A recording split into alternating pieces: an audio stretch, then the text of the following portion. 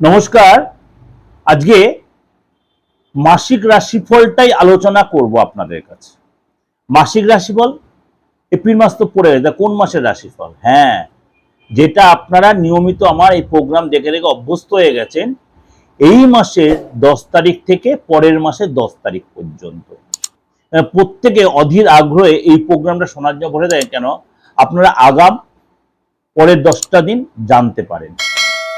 তার প্রত্যেকটা সময় 2 দিন 4 দিন 10 দিন অন্তর গ্রহ রাশি কিছু না কিছু তার পরিবর্তন হচ্ছে। যেমনি এই মুহূর্তে একাধিক গ্রহ তার পরিবর্তন হবে, যেমনি খুব শীঘ্রই পয়লা বৈশাখ। কি হয় পয়লা বৈশাখ? কারণ সূর্য যখন মেষ রাশিতে প্রবেশ করবে তখন সূর্য উচ্চ রাশি, তখন সূর্য যে উচ্চ রাশি তখন বৈশাখ মাসে শুরু হলো। অর্থাৎ সূর্য যখন উচ্চ রাশিতে প্রবেশ করবে তখন মেষ রাশিতে প্রবেশ করবে, প্রথম রাশিতে প্রবেশ করবে, তখন হবে বাংলা নববর্ষের প্রথম দিন। কত ক্লিয়ার হয়ে গেল জায়গাটা? আবার সূর্য যখন বৃষ রাশিতে প্রবেশ করবে তখন হবে জ্যৈষ্ঠ মাসের প্রথম দিন। আবার সূর্য আষাঢ় মাসে যখন প্রবেশ করবে তখন হবে আষাঢ় মাসের প্রথম দিন। এইভাবেই কিন্তু আমাদের একদম বৈশাখ টু চৈত্র আমরা বিচার করি। যারা পুরনো অ্যাস্ট্রোলজার বা পুরনো যারা বিচার করেন, গণকার যারা, মানে আমার সৌভাগ্য হয়েছিল সেরকম কারোর সান্নিধ্য পাওয়ার, আমার গুরুও সেইভাবেই আমাদের বুঝিয়েছিলেন। আপনারা অনেকে হয়তো জানেন ব্যাপারটা, যে বাংলা যদি ডেট অফ বার্থ আপনি দিয়ে দেন, সেই বাংলা ডেট অফ বার্থ দিয়েও কিন্তু ইংরেজিটা কনভার্ট করতে পারা যায়।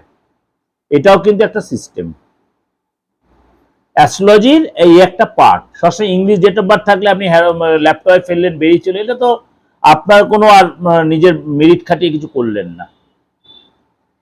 আর একটা যে আপনাদের সবসময় বলছে হাত মনের আয়না, যারা আমার থেকে প্রেডিকশন নিচ্ছেন দূর দূরান্ত থেকে, অনেক দূর দূরান্ত মুখের ছবি পাঠাচ্ছেন নিজের সেলফি তুলে, বা এই যে সেদিনকে খুব রিসেন্ট একদম ফরেন থেকে একজন পাঠালেন, যেটা বিরাট লেভেলে রয়েছেন, সে অভূতপূর্ব তার লাগলো বললো প্রেডিকশন। যাই হোক, সেটা কথা নয়, আমি কারোর কথা এখানে কিছু বলার দরকার নেই।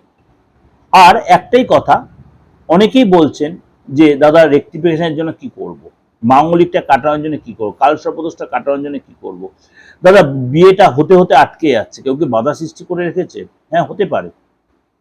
দেখো আপনার মাঙ্গলিক নেই, আপনার মাঙ্গলিক নেই, কিন্তু আপনার বিয়েতে আপনার সমস্ত রকম কোয়ালিটি আছে, কিন্তু কোথাও একটা বাধা আটকে রয়েছে, বাধায় আটকে যাচ্ছেন। আপনি সুন্দরী, আপনি সুন্দর, আপনি ভালো চাকরি করছেন, ভালো ফ্যামিলি, কিন্তু কোথায় যেন হয়ে গিয়ে শেষ মুহূর্তে আটকে যাচ্ছে। সেইগুলো অবশ্যই রেকটিফিকেশন যদি করেন, আপনারও কিন্তু মন মতো বিয়ে হবে। সেটা অবশ্যই আপনার তন্ত্রমতে রেকটিফিকেশন প্রয়োজন আছে। আপনার ফ্যামিলিতে প্রচন্ড একটা অশান্তির পরিবেশ তৈরি হচ্ছে।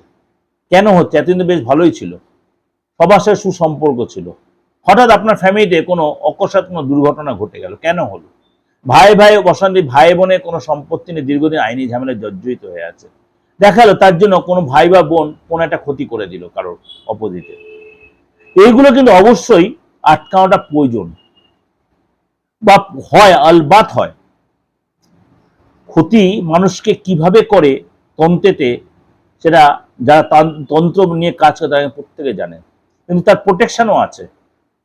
আপনার শরীরে কোনো রোগ নেই, আপনি ক্রমশ শুকিয়ে যাচ্ছেন, ক্রমশ ক্ষতির দিয়ে যাচ্ছে, ডাক্তার কিছু ধরতেই পারছে না, ক্রমশ মৃত্যু পথযাত্রী হয়ে গেলেন, আপনার কেমন একটা সূক্ষ্ম বান মেরে দিয়েছে। এগুলো হয়, এগুলো আমাকে আলোচনা করতে আমি চাইছিলাম না। এই আলোচনাগুলো আমি মিডিয়াতে করতে চাইছিলাম না, কিন্তু বাধ্য হয়ে করতে হচ্ছে। কেন? অনেকেই বলছে একটু আলোচনা করুন দাদা, কারণ আপনার এই জায়গাটা আপনি যতটা নিষ্ঠা দিয়ে কাজ করেন প্রত্যেকের জানুক। সুতরাং আপনাদের কাছে ছোট ছোট করে জন্য বলছি, এটা খারাপভাবে নেবেন না, যে প্রত্যেকটা ফ্যামিলিতেই আমি কিছু না কিছু প্রবলেমের সম্মুখীন হচ্ছি, যা এরকম কিছু হচ্ছে। 29-30 বছর অনেক দেখলাম এরকম, বিনা কারণে সুস্থ সবল মানুষ কিংবা হঠাৎ কি দুর্ঘটনা ঘটে গেল, অকস্মাৎ দুর্ঘটনা যেটা বলছি সেটা একদম মানে বুঝতে পারছেন কি দুর্ঘটনা বলছি। সুতরাং এই জিনিসগুলো অবশ্যই প্রয়োজন আছে, সেটা বাস্তু সেখানে একটা এফেক্ট হয়, বাস্তুটা না ভেঙে চুরে আপনি কিন্তু এটা রেকটিফাই করতে পারেন। যদি করার প্রয়োজন মনে করেন, যদি বিশ্বস্ত মনে করেন, যোগাযোগ করে নেবেন। একটাই আমার অপরিবর্তিত নাম্বার, শেষ দিন পর্যন্ত থাকবে, জীবনের প্রথম দিন থেকে রয়েছে, শেষ দিন পর্যন্ত থাকবে। 8910973325 9433960106। তন্ত্রমতে, অ্যাস্ট্রোলজি মতে যে কোনো প্রতিকার, যে কোনো ট্রিটমেন্টের জন্য অবশ্যই আপনি আসতেন। খালি মৃত ব্যক্তিকে বা মরা ব্যক্তিকে আমার বাঁচানোর কোনো ক্ষমতা নেই, এখনো পর্যন্ত সেইটা আমার আসেনি। তাছাড়া মোটামুটি আমি চেষ্টা করি সবকটা কাজই আপনাদের, হয়তো কটা দুদিন আগে হয়, কটা দুদিন পরে হয়। তাহলে শনি অস্ত থেকে উদয় হবে 22 তারিখ, শনি নক্ষত্রের পরিবর্তন হবে এপ্রিল মাসে, বুধের পরিবর্তন হবে এই এপ্রিল মাসে, শুক্র চলে যাবে এপ্রিল মাসে বৃষ রাশি, তার নিজ রাশিতে চলে গিয়ে মালব্য যোগ তৈরি করবে, বৃহস্পতি তার নক্ষত্র চেঞ্জ করবে, এবং সূর্য 14 তারিখ চলে যাবে মেষ রাশি, তার উচ্চ রাশি, যেটা এতক্ষণ আলোচনা করলাম। এতগুলো যে সিচুয়েশন চেঞ্জ হলো, এবং রাহু কেতুরও তার নক্ষত্র চেঞ্জের সিচুয়েশন তৈরি হবে, সেগুলো আমি স্টেপ বাই স্টেপ প্রত্যেকটা ট্রানজিট আলোচনা করে আমার আরেকটা চ্যানেল, সেখানে আমি বলবো। তাহলে আপনার রাশির উপর কি এফেক্ট হবে, একদম শরীর স্বাস্থ্য থেকে আপ টু আপনার কেরিয়ার, দাম্পত্য লাইফ, সবটাই আমি ছোট করে বলার চেষ্টা করব। 10th এপ্রিল টু 10th মে। মেষ রাশি, মেষ রাশির প্রথমে বলি আপনার শরীর স্বাস্থ্যটা নিয়ে। শরীর স্বাস্থ্য কিন্তু আপনার মানে 10 তারিখ থেকে 14 তারিখ পর্যন্ত শরীরটা নিয়ে সচেতন থাকতে হবে।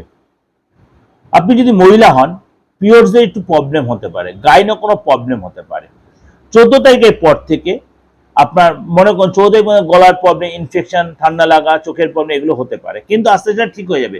14 তারিখ পর থেকে আপনার শরীর অনেক বেটার হবে, এবং আপনার এই সময় কিন্তু মানে হেলথ আগের চেয়ে অনেক বেটার আপনি ফিল করবেন, এবং প্রবলেমটা অনেকটাই বেরিয়ে আসতে পারবেন। আটকে থাকা কাজ পূরণ হবে। আর্থিক জায়গাটা বলি, আর্থিক জায়গাটা হচ্ছে আপনার 10 তারিখ থেকে 18 তারিখ পর্যন্ত, এই সময় কিন্তু আপনার আর্থিক জায়গাটা একটু চাপ হবে, অর্থ আসতে গিয়ে আটকে যাবে, হওয়া কাজ বিগড়ে যেতে পারে, আপনি অনেক বেশি নক করতে হবে। কিন্তু আপনাকে কিন্তু 18 তারিখে পর 19 তারিখে যখন শুক্রদেব, শুক্রাচার্য যখন তার নিজ রাশি বৃষ রাশিতে প্রবেশ করে মালব্য যোগ তৈরি করবে, তখন কিন্তু আপনার অর্থ লাভ হবে, এবং অর্থ আসবে, এবং বড় কোনো প্রাপ্তি, বড় কোনো ধনলাভ, সোশ্যাল মিডিয়া বা ইলেকট্রনিক্স মিডিয়া, বা আপনি যদি কোনো এই ধরনের কোনো কাজে বা বাইরে থেকে ফরেন মানি আপনার পাওয়ার প্রবল, ফরেন মানি পাওয়ার প্রবল একটা সম্ভাবনা তৈরি হবে। ফ্যামিলি লাইফটা বলি, ফ্যামিলি লাইফটা কিন্তু আপনার 14 তারিখ থেকে 14 তারিখ মানে জায়গাটা পর্যন্ত আপনার কিন্তু একটু যত্নশীল হতে হয় ফ্যামিলি লোকেদের নিয়ে। বিশেষ করে আপনার আর একটু ডিটেলে বলি, মানে 14 তারিখ থেকে আপনার 23 তারিখ পর্যন্ত, 14 তারিখ থেকে 23 তারিখ পর্যন্ত ফ্যামিলিতে কোনো বয়স্ক লোক থাকলে তাদের হেলথ নিয়ে একটু ডিস্টার্ব হতে পারে, তাদের হেলথ নিয়ে প্রবলেম হতে পারে, তাদের সাথে একটু বনিবনার অভাব হতে পারে, তাদেরকে নিয়ে ডাক্তার হসপিটালে যেতে হতে পারে 23 তারিখ পর্যন্ত। অর্থাৎ আপনার 10 তারিখ থেকে 14 তারিখটা একরকম যাবে, 14 তারিখ থেকে 23 তারিখ পর্যন্ত ফ্যামিলির বয়স্ক লোকেদের হেলথে আপনার একটু উদ্বিগ্নতা থাকবে, খরচ হতে পারে। এই যে বাস্তু সিস্টেমটা আপনাকে আমি বলি, যখন আপনার এখানে ওইটা আছে সেখানে ওইটা আছে, আলবাত থাকবে, আলবাত থাকবে, 100% বলছি থাকবে। ওটা আমি আচমকা বলি না, আপনার হাতের উপর বেস করে, আপনার ছকের উপর বেস করেই বলি। সুতরাং এই যে জিনিসগুলো যখন আপনার প্রবলেম আছে, কারণ এই পৃথিবীতে এমন কোনো মানুষ নেই যে কে প্রবলেম ছাড়া পৃথিবীতে জন্মে যে প্রবলেম ছাড়া আছে, সে যে লেভেলের হোক, যে সেক্টরে থাকুক, যে প্রফেশনেই থেকে থাকুক, প্রবলেম আছেই। এবার সেই প্রবলেমটা আপনার জন্য কতটা, আপনার জন্য আপনি সাফার করছেন, সেই সাফারটা যদি আপনার মানে ধরতে মধ্যে, সেটা নিয়ে আপনার মাথা ছাড়া করার দরকার নেই, মাথা ঘামিয়ে। যদি দেখছেন সেটা আপনার আয়ত্তের বাইরে চলে যাচ্ছে, তাহলে সেটাকে আপনি দমন করুন, সেটা আপনি রেকটিফাই করুন। অবশ্যই প্রয়োজন আছে, আলবাত আছে। আপনি তন্ত্রের মাধ্যমে করুন, অ্যাস্ট্রোলজির মাধ্যমে করুন, যার মাধ্যমে যার কাছে ভালো তার কাছে কি করুন, যদি আপনি মানেন এটা। অ্যাস্ট্রোলজি এমনই একটা সাবজেক্ট, অ্যাস্ট্রোলজারকে দিয়ে অ্যাস্ট্রোলজি বিচার করবেন না। অ্যাস্ট্রোলজার কখনো ভুল করতে পারে, অ্যাস্ট্রোলজি ভুল হতে পারে, ডাক্তারি শাস্ত্রটা ভুল না, ডাক্তার ভুল করতে, ডাক্তারের ভুলে কোনো ট্রিটমেন্ট বা কোনো পেশেন্ট ভুল হতে পারে, ডাক্তার শাস্ত্র, ডাক্তারি শাস্ত্র কখনোই ভুল নয়। ঠিক আছে, ক্লিয়ার আপনাদের কাছে কনসেপ্টটা? আপনার দেখা গেল এই সময় আপনি কোথাও ঘুরতেও গেলেন, সেখানে গিয়ে আপনার বয়স্ক লোকের শরীরটা একটু ডিস্টার্ব হতে পারে, কিন্তু সেটা 23 তারিখ পর্যন্ত। 23 তারিখের পরে ফ্যামিলি লাইফটা আপনার ভালোই কাটবে, উদ্বিগ্নতাও কাটবে, তারপরে কোথাও ঘুরতেন বরঞ্চ সেটা আপনি ভালো করে এনজয় করতে পারবেন। সন্তানের জায়গাটা যদি আপনি বিবাহিত হন, 10 তারিখ থেকে 14 তারিখ সন্তানের একটু যত্নশীল হতে হবে। সন্তান আপনার কথার অবাধ্য হতে পারে, পড়াশোনায় নেগলিজেন্সি করতে পারে। 14 তারিখের পরে সন্তানের জায়গা কিন্তু ভালো হবে এবং সন্তান পড়াশোনায় মন দেবে, তার অশান্তিও কেটে যাবে, আপনার কথারও বাধ্য হবে। অর্থাৎ 10 তারিখ থেকে 14 তারিখ পর্যন্ত সন্তান আপনার সাথে একটু অ্যাডজাস্টের অভাব হবে। চাকরির জায়গাটা বলি, আপনার চাকরি জায়গা কিন্তু বেশ ভালোই দেখা যাচ্ছে। আপনি নতুন কোনো প্রজেক্ট, নতুন কোনো সুযোগ আসতে পারে, নতুন কোনো ডিপার্টমেন্ট পেতে পারেন, নতুন কোনো জায়গায় যেতে পারেন। অর্থাৎ 10 তারিখ থেকে আপনার কিন্তু কাজের জায়গাটা বেশ ভালোই দেখা যাচ্ছে এবং এসে কিন্তু আপনার অফিসে যে প্রবলেম চলছে সেই প্রবলেম অনেকটা আপনি সলিউশন বা সলভ করতে পারবেন। ব্যবসার জায়গাটা বলি, আপনাদের প্রোগ্রামটা কন্টিনিউ করার আগে একটু বলে নিই, তাহলে আপনাদের মানে যে কনফিউশনটা সেটা অনেকটাই কেটে যাবে। এই যে তাহলে গ্রহ রাশির যে পরিবর্তন, তাহলে লাস্ট 10 দিন বা লাস্ট 20 দিন আর মে মাসের প্রথম 10 দিন আপনাদের কেমন যাবে। কিন্তু এইটার সাথে হাতের একটা বিচার হয়, আপনি মনে কি ভাবছেন, আপনার কি এক্সপেকটেশন, আপনি কারোর সাথে কথা বলতে যাবেন, আপনার গ্রহ রাশির পুরোটাই এখানে কিন্তু ক্লিয়ারিটি এসে যাবে। এমন ধরনের মুখমণ্ডলের প্রকাশ পাবে, আপনার হাঁটাচলা কথাবার্তার ধরনে আপনার প্রকাশ পাবে, আলবাত পাবে। যারা অ্যাস্ট্রোলজিতে অনেক পুরনো বিচার করছেন তারা এটা মানতে বাধ্য, কারণ অনেক পুরনো অ্যাস্ট্রোলজার আমাকে প্রত্যেকদিন হোয়াটসঅ্যাপ মেসেজ করছেন যে হ্যাঁ এটা হয়, আলবাত তুমি যেটা বলছো ঠিক বলছো। কারণ আমরা এইভাবে হাত দেখে প্রেডিকশন, আমরা অত হরস্কোপ আমরা দেখি না। হরস্কোপ তো দেখবো, দশা অন্তরের প্রথমের প্রাণদশা শুক্রদশা সব দেখবো, সব দেখবো, কিন্তু অত দেখার সুযোগ যার নেই, যা হাতটা দেখে বিচার, যার ডেট অফ বার্থ নেই, কি করবেন? সুতরাং এটা হাতটা, হাত দেখার দরকার নেই, মুখটা, ফেসটা আপনি আপনার একটা সেলফি তুলে পাঠিয়ে মুখ দিয়ে অনেক বিচার এসে যাবে। আপনার নামটা ক্লিয়ার দিয়ে পাঠিয়ে, আপনার আপনজন যার কাউ। সুতরাং এই যে গ্রহ রাশি প্রত্যেকটার উপরে 9টা গ্রহ বা 12টা গ্রহ সারা ভূমণ্ডল, সারা পৃথিবীতে বিচার হচ্ছে। এই যে যুদ্ধের সিচুয়েশন আস্তে আস্তে হালকা একটা সিচুয়েশনে কেন আসছে, কেন আসছে? মঙ্গল জলরাশিতে গেছে, দেখুন একটা কেমন মানে কালবৈশাখী বা একটা ঝড়ের সম্মুখীন হচ্ছে, বুঝতে পারছেন ব্যাপারটা? কিন্তু কেন এটা পুরোটা ক্লিয়ার হচ্ছে না? যেহেতু শনির সাথে যেখানে জুতি তৈরি করে বসে আছে, এতদিন মঙ্গল রাহুর সাথে ছিল। মঙ্গল হচ্ছে অগ্নিকারক গ্রহ, মঙ্গল হচ্ছে ধ্বংসাত্মক গ্রহ। রাহু তার সাথে মিশে আরো ধ্বংসাত্মক সিচুয়েশন ছিল।